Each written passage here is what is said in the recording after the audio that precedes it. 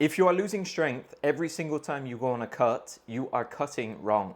A few years ago, I cut from around 215 pounds all the way down to 180 pounds, and I maintained 100% of my strength. I even got a little bit stronger on the bench press.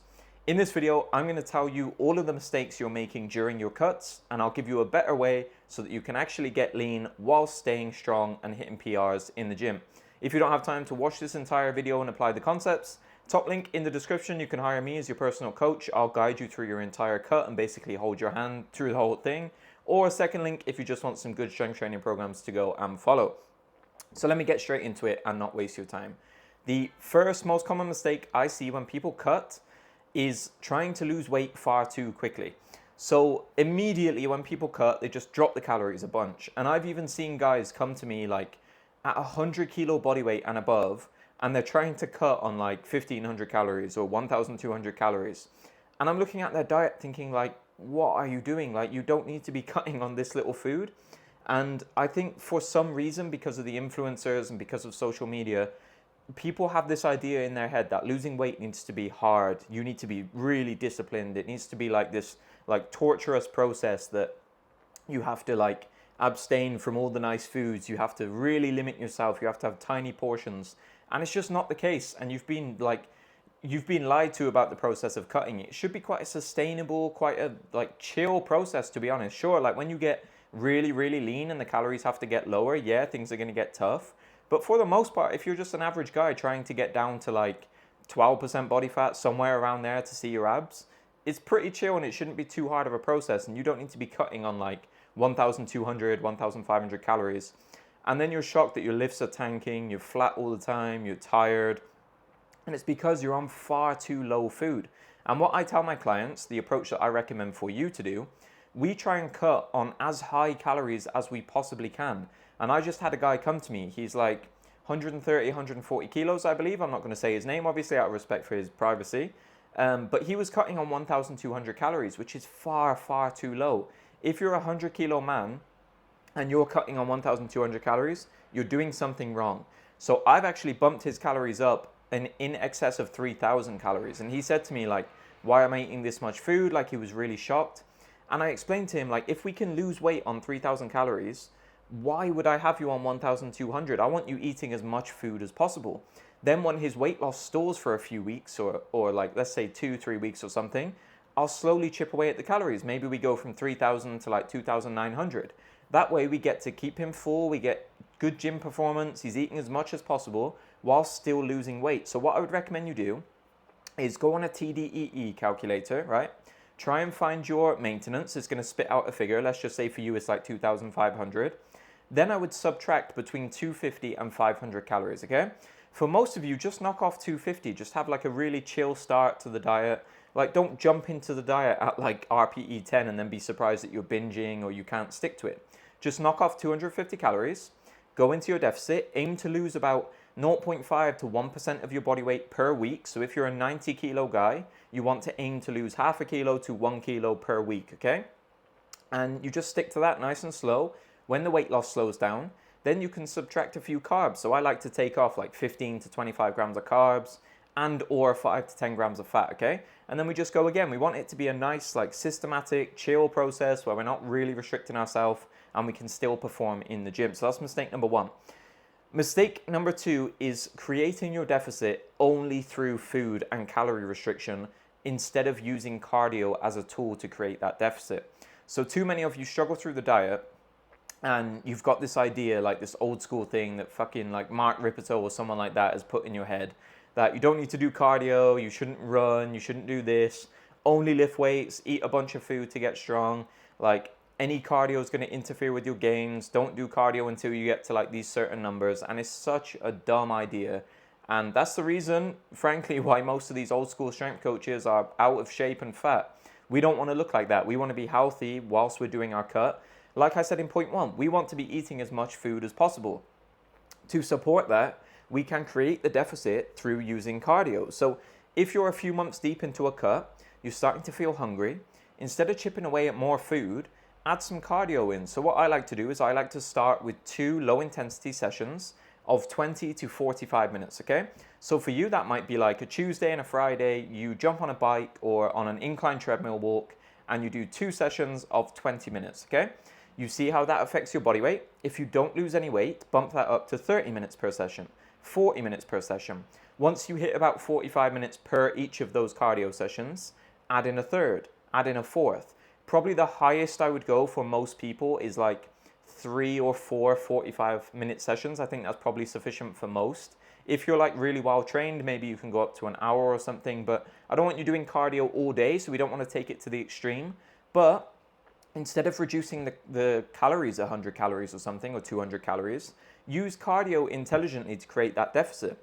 And not only will cardio be useful for getting some of that body fat off, but it builds a better aerobic base for health purposes, and then you can handle more volume in the gym, you can recover more quickly, you can recover more quickly between sets, you can get in better rep quality because you've got a bigger engine. So there are no downsides really to doing cardio. So use cardio to create that deficit rather than just relying on food.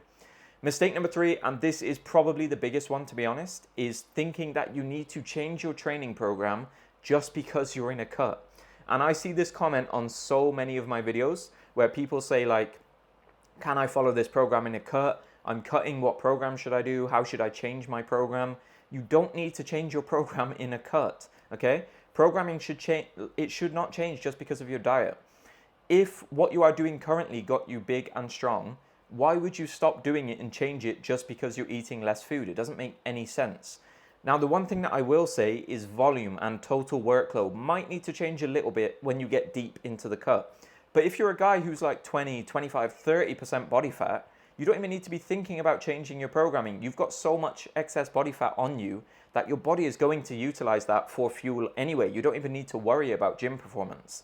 If you're deep into the diet, you're getting down to like single digit body fat, you're 9%, 8%, yeah, okay, maybe we need to change the workload just a little bit, because in that deep of a deficit, it's unlikely that you're going to recover from the same amount of volume that you did in your bulk when you were really well fed and a calorie surplus. So sure, like deep into the deficit, you might need to adjust volume a little bit. You might need to strip off a set here and there.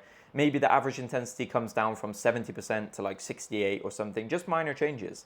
But for most of you, just doing like quite a chill cut to go and see your abs for the first time, you do not need to change your training at all, okay? Keep training exactly the same as you did in your bulk. Use the things that you know work. Follow good training programs. Please don't follow something like 531, 5x5. Get on a good individualized program. If you click the second link in the description, you can see some good ones. There's also like nutrition ebooks there as well to help you. But yeah, training does not need to change, okay? The one thing that might change slightly is how quickly you can add weight to the bar. So that might slow down a little bit. So if in the past you were used to adding like 5 kilos a week on the squat and the deadlift, maybe that drops to 2.5, or maybe some weeks you need to like maintain the same weight but aim for like a lower RPE. And deeper into the cut, you might need to accept that you're going to maintain strength rather than gain it, okay? Now, mistake number 4 is cutting the carbs too low or completely eliminating them. There's this huge trend and this huge belief that to get lean, you need to completely cut carbs out of your diet. You don't, and it's usually a stupid approach that is going to have you lose your strength. Now, carbs are not essential in the diet in the way that we need to eat them to survive, but I think you would be hard-pressed to make an argument that they aren't beneficial for performance. We do have some data, and we have like people's experience as well that would suggest that carbohydrates are probably pretty beneficial for gym performance, especially if you're doing quite high volume training. And you can probably relate to if you go into a cut and your carbs get quite low, you start to feel really flat, your veins disappear, you don't get a pump, you feel really tired in the gym, you just feel really sluggish and tired.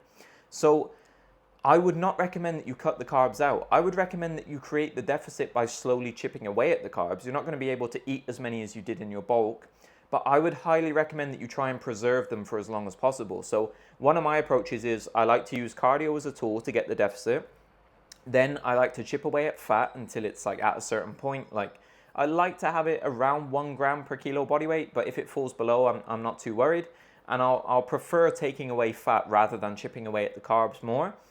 Then we can start to subtract from the carbs. I might take 15 to 25 grams of carbs away if your weight loss stalls, but I'm trying to kind of prioritize them, okay? So one thing that I want you to do as well to really kind of enhance gym performance during a cut is try to intelligently and like strategically place the carbs around your workouts. So if you're at a point in your cut where your carbs are maybe like 250 grams, 200, 150, you're getting quite low, then I would recommend that you try and position them pre-workout. So if you've only got 150 carbs to work with, I would try and get in like 100 of them, or maybe 80 or 90 grams in the pre-workout meal, because at least then we can salvage a good gym performance. We can hold on to the muscle we've got. We can still get a pump. We can feel energetic. We can fill our glycogen as much as possible. So try and position them around the workouts. And then one strategy that I don't really see people talk about that often is to use some form of carb cycling. So for example, for myself, when I got deep into this diet and I started to get leaner, I had a few heavy training sessions throughout the week. So like my primary squat and my primary deadlift day. And I really wanted to perform well on those because they were really important for maintaining my strength, maintaining my muscle mass. So I wanted to do everything I could to kind of support the performance on those. So what I would do is, instead of, for example, let's say my daily carbohydrate target was like 150 grams. So Monday to Sunday, I'd eat 150 grams of carbs every day. Instead of doing that, I would basically distribute them a little bit differently. So I might knock it down to, let's say, 100 grams of carbs a day. And then 2 days of the week on my heaviest training days, I eat 250 or 300 grams of carbs. It comes to the same number of calories across the week, but we're just distributing them a little bit differently. So it's like low carb, high carb, low carb, high carb, for example, right? And then on my primary squat and my deadlift day, I get to eat more, perform well, and still feel like I'm making progress through the diet. Plus, it's just a nice psychological break, like to have a day of eating a bit more food, okay? That's like one nice strategy. Mistake number 5 is going into a cut with the cutting mindset.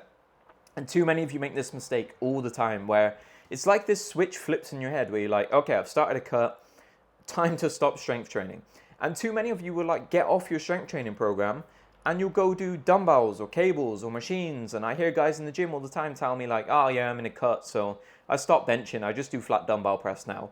And it's so stupid. And what usually ends up happening is you spend all this time in a bulk, you get strong, you hit PRs, then you do a cut and you lose all that strength that you just gained, and then you start the next bulk, get back to where you were before, and then you just keep spinning your wheels and you don't really make progress year after year. So what you should do instead is stop going in with that mindset that I'm cutting, I'm going to lose strength. You should go in that I'm going to keep performing well until proven otherwise. Just keep adding weight to the bar until you no longer can. A huge part of that will be your programming. That needs to be addressed first. And again, if you want me to do it, top link in the description. But a big part is the mindset. Don't go in and have this like black or white thinking of like cut, bulk training. They shouldn't be different. Good training is just good training, and then you make slight adjustments based on your individual recovery, whether that's the calories, whether that's injuries, whether that's genetics. But calories should not dictate how your training looks, okay? Like I said, small adjustments, but you don't need to be like changing things drastically. So those are the top 5 mistakes that I see made. One little quick bonus tip that I can give you as well is that if you're starting to struggle with hunger, one thing that I really like to do is a form of like intermittent fasting, basically. And I don't think fasting is like unique or something that you have to do to lose fat. But one strategy that I personally like to do on a cut that makes it way easier is I'll wake up, I'll have a protein shake for breakfast. So literally just a protein shake. I'll completely skip eating. I'll skip lunch. I won't eat anything at all. And then I'll just have a big dinner. So let's say I've got like 2,000 calories to work with. I get to have like an 1,800 calorie dinner. It feels like I'm on a bulk. Doesn't even really feel like I'm cutting. And it makes the process way easier. The drink sip returns. I've been on like 3 of these a day recently. This is my favorite flavor at the minute. If you haven't tried it, highly recommend. But yeah, that is the top 5 mistakes that I see when people are cutting. To summarize, instead of drastically reducing calories, trying to lose weight really quickly, take it slower. Try and lose 0.5 to 1% of your body weight per week. Use cardio as a tool to create the deficit. Don't just try to reduce food and like really make yourself suffer and punish yourself with low calories. Don't change your training program just because you're in a cut. Good training is good training regardless of bulking or cutting.